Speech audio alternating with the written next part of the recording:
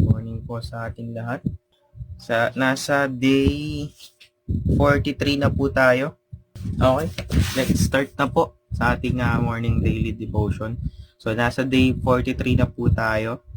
And then, ang ating pong passage for today is sa verses, chapter Exodus, Book of Exodus, chapter 16, verses 1 to 36.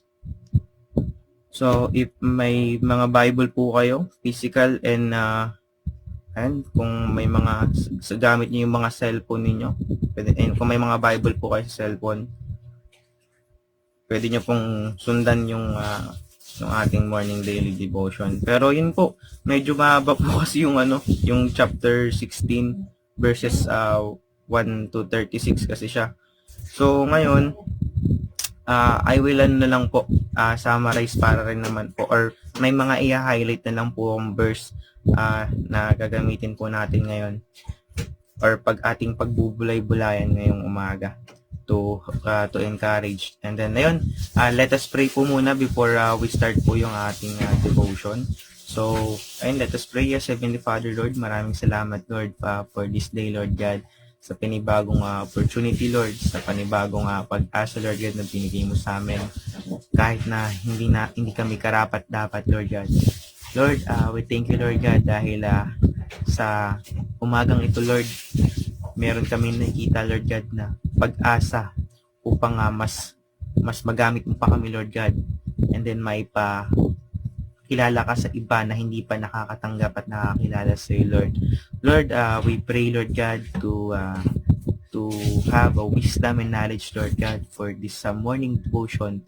And then, Lord God, sa strength, Lord God, sa protection, Lord God, sa encouragement, Lord God, sa wisdom na makukuha namin for these verses, Lord God, sa mga salita mo, ay magamit namin, Lord God, sa pang-araw-araw namin, Lord God. Lord, sa lahat ng nandito ngayon, Lord God, na nanonood, at Lord God, syempre sa mga anak mo, Lord God, na papasok pa lang ngayon sa trabaho, sa eskwelahan, Lord, gabayan niyo po sila, Lord God, at magamit nila, Lord God, yung salita na ito upang maihayag, Lord God, kung gaano kakabuti sa bawat buhay ng tao sa mundong ito, Lord God, at sa mga anak mo, Lord God, na naniniwala sa iyo, Lord. Lord, we pray, Lord God, na matutunan namin, Lord God, kung paano ako kumilos, Lord God, sa buhay ng mga Israelita. Magamit namin ito, Lord God, na aral sa pamumuhay namin sa araw-araw, Lord God. Lamang po, Lord, in Jesus' name, amen. So, yun. Let's proceed na po sa ating chapter. So, yun. Konting background lang din. Yun. Since nasa chapter 16 na po tayo, ang pag-aaralan po natin dito is kung paano po yung mga Israelita ay nagkaroon ng kakainin. Kasi sa chapter 15, ayun po, sa shinare po ni Pastor Jeff, about siya sa tubig na kanilang may inom sa gitna o sa kalagitnaan ng ilang sa paglalakbay nila, or sa wilderness in English. So yun nga, nagkaroon ng miracle, or from that chapter, na ang tubig alat ay ginawa ng Diyos na kayang mainom ng mga Israelita. Kasi yun nga, sa lawa na yun, parang maalat siya, so hindi siya possible na mainom talaga sa sobrang alat. Pero for that chapter, pinakita ng Diyos kung paano siya kumilos sa mga Israelita that chapter. And then ayun, ngayon, ito na, ayun nga, nakalaya na nga yung mga Israelita sa Ehipto that time. And then, ayun, so yan ako lang din, i-share ko lang din sa inyo kung paano, or bago mapunta sa bread from heaven, itong pag-aaral natin ngayon. So gusto ko lang din i-highlight yung mga nangyari, or kung gaano katigas yung mga ulo ng mga Israelita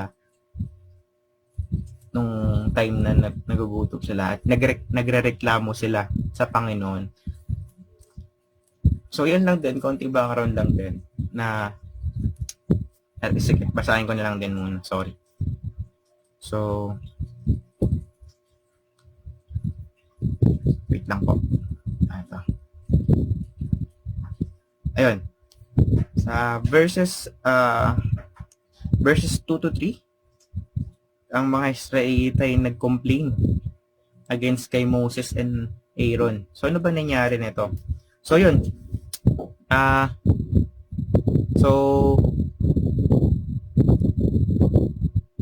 Ayun, bali, ngayon, nagrereklamo yung mga Israelita na wala silang kakainin at mamamatay sila sa gutom sa gitna ng ilang. Dahil, ayun nga, wait lang, balik ko lang din po sa ano.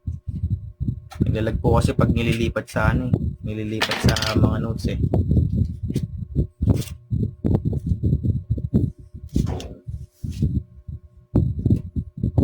Eto, ayun. Sabi po sa verse 3, sinabi nila mabuti pa sana'y pinatay na kami ni Yahweh sa Ehipto.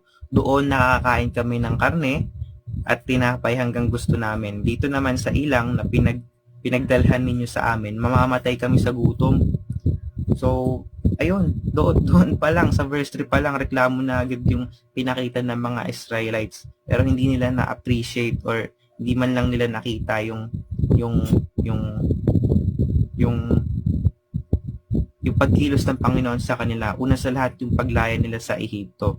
And then, yung faith na meron sa kanila, na madala sila sa promised land ng Lord. So, yun. Sinabi naman sa verse 4, sinabi naman ni Yahweh kay Moses, paulanan ko kayo ng tinapay mula sa langit araw-araw. Palalabasin mo ng bahay ang mga tao para mamulot na kakainin nila sa maghapon. Sa pamamagitan nito'y susubukin ko kung susunod sila sa aking mga tagubilin. Tuwing ika-6 na araw, doble sa karaniwan na ang kanilang pupulitin at ihahanda. So imagine, sa gitna ng wilderness, the Lord promised them na magpo-provide siya. So paano yun? Di ba walang kasiguraduhan pero the Lord make a promise.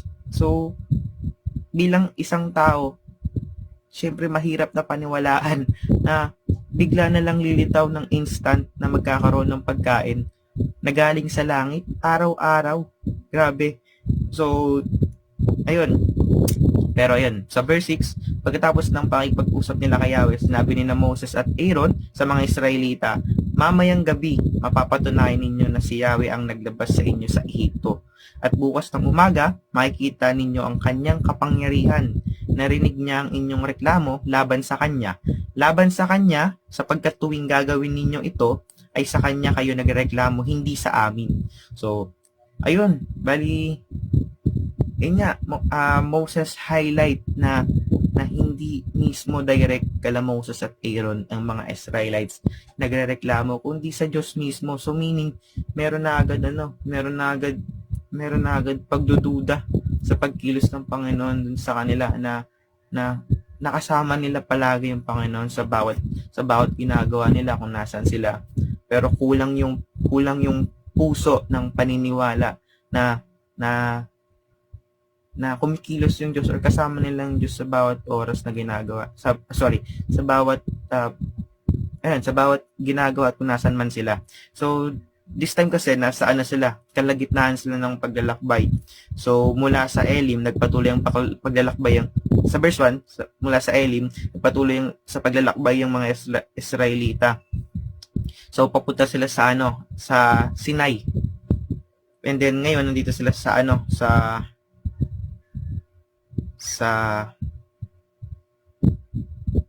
wait lang po, binanggit yun eh. Ayun, sa wilderness of sin. So yun yung lugar kung nasan sila ngayon in this chapter. So yun, bali going back, nag-promise yung Lord na magpo-provide sa mga Israelites ng kung ano yung kakainin nila. And then sinabi ni Yahweh na kung paano nila matatanggap yung pagkain and paano sila hindi magugutom sa araw-araw. So yun. And then sa verse 6 sinabi na mamayang gabi mapapatunayan ninyo na si Yahweh ang naglabas sa inyo sa Ehipto. And then verse 7, bukas ng umaga makikita ninyo ang kanyang kapangyarihan. narinig niya ang inyong reklamo laban sa kanya. Ayun, sorry. Verse 8 na pala. Dinugtong pa ni Moises mamayang gabi, bibigyan niya kayo ng karne. Bukas naman ay tinapay ang ibibigay niya sa inyo hanggang gusto ninyo. Iyan ang sagot niya sa inyo. Ang totoo, anumang reklamo ninyo lalabas sa kanya, hindi sa amin, sapagkat sino ba kami para pagreklamuhan ninyo? So tama naman, sino ba talaga si Moses, si Moses at si Aaron that time na ba't magrereklamo yung mga Israelites sa kanila samantalang the only miracle that can do is yung ang nagpapagana or ang nakagawa lang ng miracle isang Diyos. So kumikilos ang Diyos sa kanila. Ginagamit lang si Moses at Aaron para pamunuan yung mga Israelites sa paglaya sa Ehipto and then madala sa Promised Land. So yun. And going back, ayan, dito tayo. Tatalo na po tayo kasi medyo mahaba po talaga yung verse natin or yung chapter. So ito, dito po sa verse 13, nang magtakip silim, dumagsa sa kampo ang napakaraming pugo. Kinumagahan naman ay makapal na makapal ang hamog sa paligid ng kampo. Nang mapawi ang hamog, nakita sila ng lupa na maliit at maninipis na mga bagay na parang pinipig. Hindi nila alam kung ano iyon. Kaya nagtanungan sila, ano ito? Sa verse 15, sinabi ni Moises, iyan ang tinapay na bigay sa inyo ni Yahweh. At ito ang utos niya tungkol dyan. Bawat isa ay kukuha ng kailangan niya at ng mga kasama niya sa tolda. Kalahating salop, bawat isang tao. Verse 17, namulot ang mga Israelita. May kumuha ng marami at may kumuha ng kaunti. Ngunit nang takalin nila ang kanilang nakuha, ang kumuha ng marami ay hindi lumapis at ang kumuha ng kaunti ay hindi naman kinulang sapagkat sa kanilang nakuha, sapat lang sa kanilang nakuha. Sinabi sa kanila ni Moises, huwag kayong magtitira para sa kinabukasan. Ngunit ang ilan sa kanila ay hindi nakinig kay Moises. Kinabukasan, inunod at bumaw ang tinira nila, kaya nagalit sa kanila si Moises. So, imagine, nandun na yung pagkain. And then, ang mangyari na lang is, kukuha ka na lang ng sapat para sa'yo sa araw na yon. Pero sa simpleng command, sa simpleng pagsunod or ayan, kung paano mo sundin yung sinabi na yun na instruction, ginawa mo, sumobra ka pa rin. So, simple nature ng tao is yun nga, mag-worry. Nag-worry yung mga Israelite that time na, yun nga, siyempre nga naman, may pagkain na eh. So parang ang thinking ng tao is ayun, eto that time sinabi naman na kung may kumuha ng sobra. So for me, ang thinking ng tao that time andun na yung pagkain eh. Sayang naman kung walang kukuhang iba. So kumuha sila ng marami. And then ang nangyari, since ang instruction ay maliwanag, huwag kayong magtitira para sa kinabukasan. So, simple nature ng tao is ang mag-worry, kaya kumuha sila ng sobra para, syempre nga naman, ma-secured yung pangkinabukasan. Pero hindi ganoon yung plano ng Lord para sa atin na, yun nga, He is the provider. So, sa araw-araw, dapat yung faith na meron tayo sa Kanya is magtiwala. Magtiwala na magpo-provide siya at may pagkukunan tayo na galing sa Kanya dahil ayun yung sapat na pangangailangan natin, hindi yung sobra at labis na pangangailangan natin. Kasi, ayun nga, so, ayun, tama bang term? Is yung yun nga, yung abusuhin, yung grace or yung blessing ng Panginoon na binibigay niya sa atin, ng libre. So, yun yung pangit na kaugalian. Simula pa nung una, yun nga, sa Israelites pa lang, may naging abusado na yung mga Israelites that time na kumuha ng sobra. And then, ang ending, bumaho lang at inuod lang yung mga pagkain. So, nasayang. So, ayun. So, ayun nga, going back dun sa sa nangyari. Ang nangyari is, nagreklamo sila na walang makain, and then God provided them na provided ng makakain nila sa araw-araw. And then inabuso nila yung blessing na binigay, or na ayun nga yung pagkain na kakainin nila ng sapat sa araw-araw. So yun, bali talon po tayo. Dito naman po tayo sa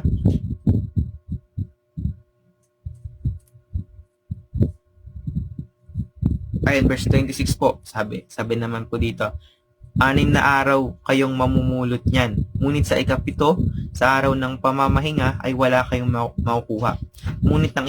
Verse 27, ngunit ng ikapitong araw ay mayroon pa ring mga lumabas sa bukid para mamulot, ngunit wala silang nakuha.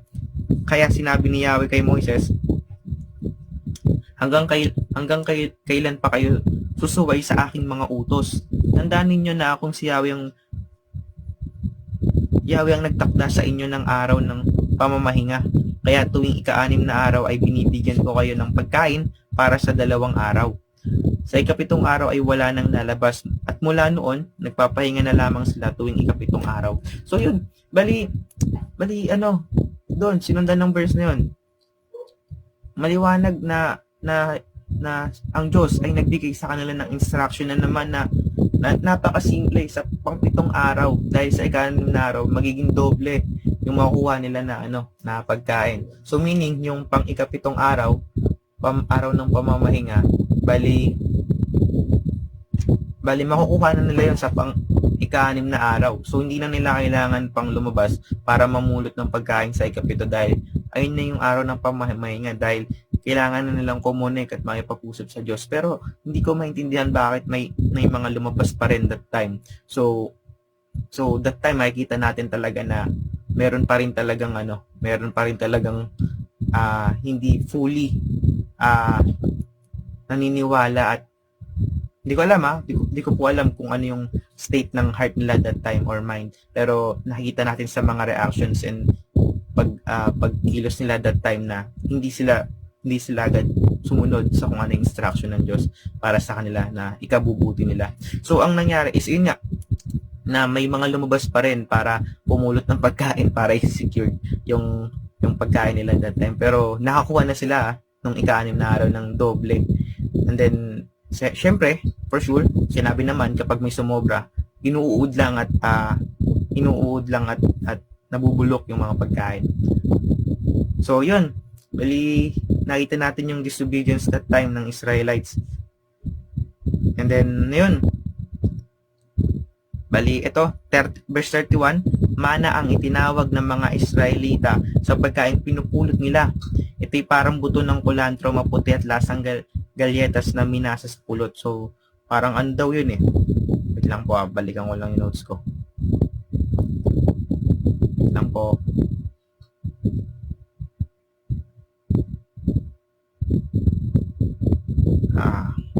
Wait lang po.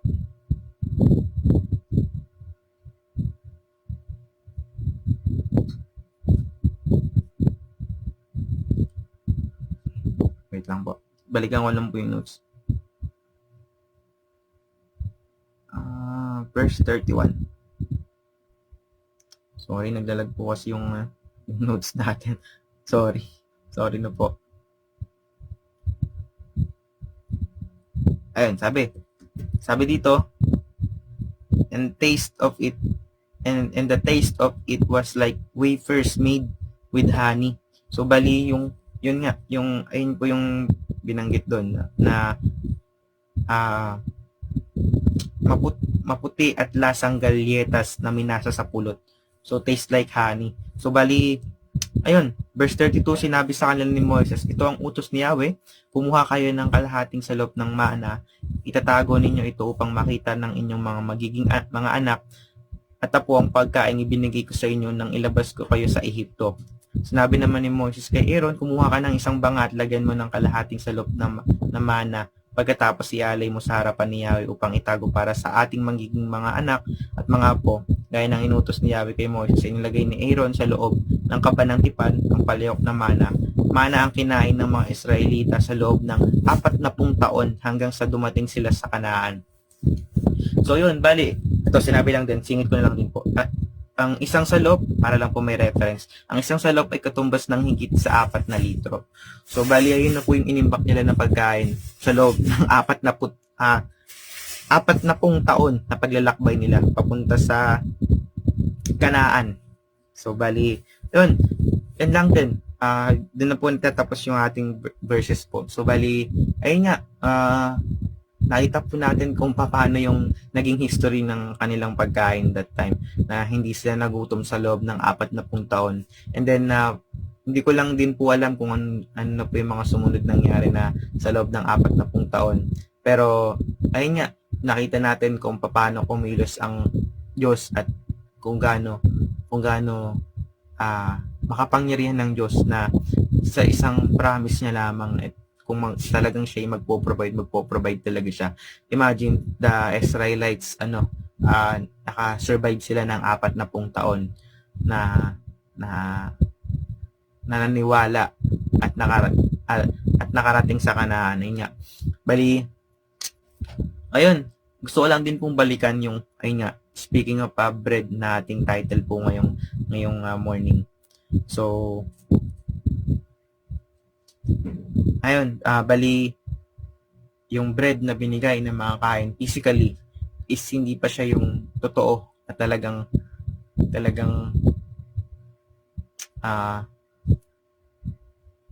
sapat sa atin. What I mean is, yun nga, bukod kasi sa physical, so, the spirit needs to eat. So, ano ba yung kailangan kainin ng espiritu natin? Bukod sa sa quail and then sa mana, yung bread. So, I just want to share lang din this verse na hinga sa for this chapter. Balikan lang ito po sa Deuteronomy chapter 8 verse 3 sa NKJV version. So, verse 3, so he humbled you, allowed you to hunger, and fed you with manna, which you did not know, nor did your fathers know, that he might make you know that man shall not live by bread alone, but man lives by every word that proceeds from the mouth of the Lord. So, ayun, in this verse, the Lord taught us na hindi magutom at kung paanong hindi magutom sa araw-araw at sa panghabang buhay at sa eternal life na after ng physical na ito. The Lord taught us na kung paano natin i-feed yung sarili natin at paano tayo susunod sa Kanya at paano yung test natin nga, gaya ng sinabi ni Pastor Jeff kahapon, yung mga test na pagdadaanan natin sa Panginoon, paano natin gaganapan or paano natin kikilusan yung pagsunod, yung journey natin sa Panginoon. Dahil ayun nga, dahil sinabi sa Deuteronomy chapter 8 verse 3, the Lord allowed you to hunger and fed you with manna. So, ayun, speaking of bread or manna, sinabi rin sa John chapter 6, 32 to 33. Same version, NKJV. Then Jesus said to them, most assuredly I say to you, Moses did not give you the bread from heaven, but my Father gives you the true bread from heaven. Verse 33, for the bread of God is he who comes down from heaven and gives life to the world. So, ang tunay na bread is si Jesus mismo, kung paano natin siya tinanggap sa buhay natin at paano siya namuhay at pumagitna sa buhay natin. Paano siya kumilos, paano siya nagningning, yan, paano siya nag-shine sa buhay natin. So, ayun yung tunay na bread na dapat nating i-feed sa sarili natin at kailangan nating tanggapin dahil hindi natin deserve, pero the Lord gives it free, na yung grace and mercy ng Panginoon at yung pagkilos niya sa buhay natin, ayun yung kailangan, ayun yung tunay na feed or ayun yung tunay na ayun nga, na finid sa atin ng Panginoon, which is binigay niya yung bugtong niyang anak na si Jesus para sa atin. So yun lang po. Yun nga, bali ayun, in this verse, ang Diyos is tinuruan kung paano nag-provide sa gitna ng wilderness sa mga Israelites at kung paano sila nakakain sa loob ng 40 taon. So, for us right now, I want to encourage lang din yung lahat na magtiwala at maniwala. Dahil sa panahon natin ngayon, ang pinakamapangyarihan talaga na kailangan natin gawin is ang magdasal at maniwala na ang Diyos ay kumikilos kahit sa dry moments, kahit sa walang kasiguraduhan, at ay nga na hindi mo alam kung paano at saan manggagaling, pero the Lord make a way, at ang Lord ay gumawa ng way para may bigay sa atin yung sapat na pangangailangan natin. So I want to encourage lang din lahat ng nanonood ngayon dito is, lahat na makakanood dito is, paano natin gagamitin ng tama, or paano natin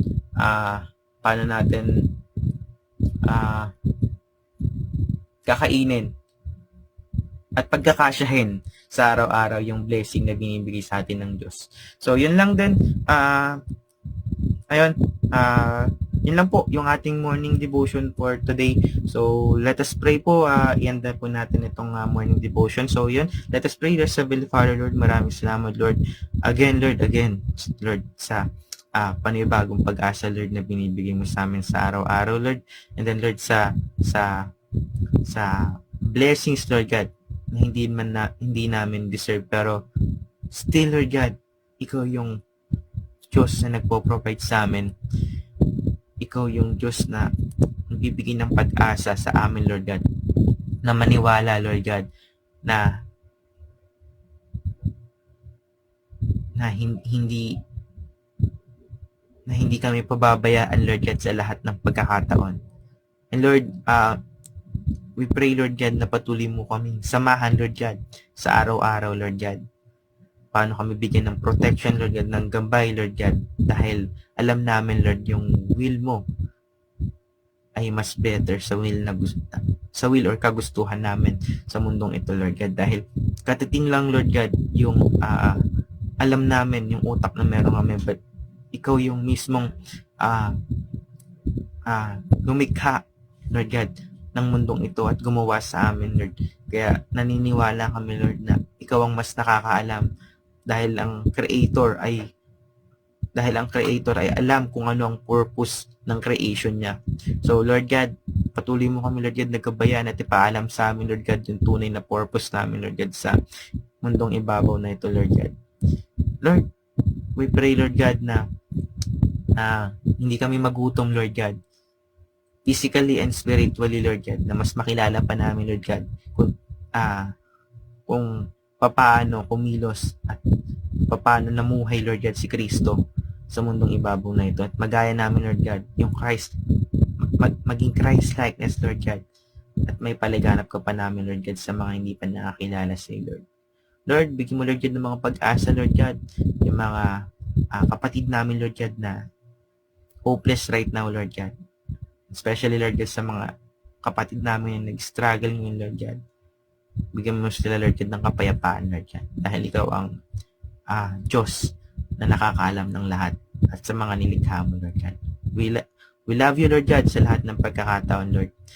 And naniniwala kami, Lord God, na ikaw ang Jehovah Jireh, Lord God, the God of provider, Lord.